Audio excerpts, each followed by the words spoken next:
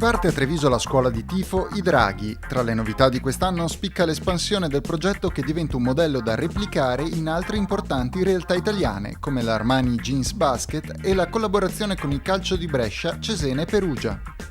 Continua l'impegno della scuola di tifo I Draghi della provincia di Treviso con Benetton Basket, Benetton Rugby, Sisley Volley e Calcio Treviso. Tutto questo avvicina i giovani e soprattutto fa partecipare anche le loro famiglie e quindi i genitori nell'accompagnamento negli impianti sportivi nel momento educativo del tifo corretto e partecipando soprattutto i ragazzi ai laboratori insieme ai campioni dello sport di queste società nelle singole scuole, nei singoli istituti scolastici.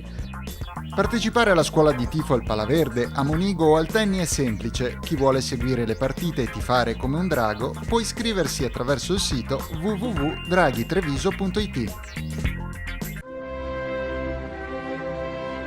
È stata inaugurata e benedetta la chiesa di San Giovanni di Dio, che fa parte del complesso del Sant'Artemio. Costruita nel 1913, la chiesa torna oggi ad essere aperta a tutta la cittadinanza che vuole godere di un piccolo angolo spirituale nel cuore del parco della provincia di Treviso.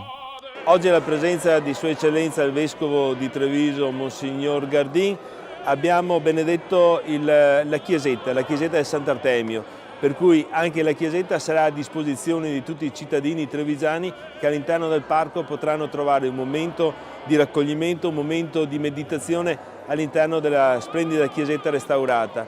D'altra parte oggi approfitto anche per fare gli auguri di un buon Santo Natale a tutti i miei concittadini, affinché il Santo Natale sia un momento di riflessione, un momento di meditazione in famiglia che rappresenta i valori di questa nostra società trevisana, la religione e la famiglia, la solidarietà. Questi sono i principi che ci hanno sempre fatto emergere. In occasione dell'inaugurazione presso la chiesa è stato realizzato ed è aperto al pubblico il presepio realizzato dal noto artista resanese Alfonso Pozzobon.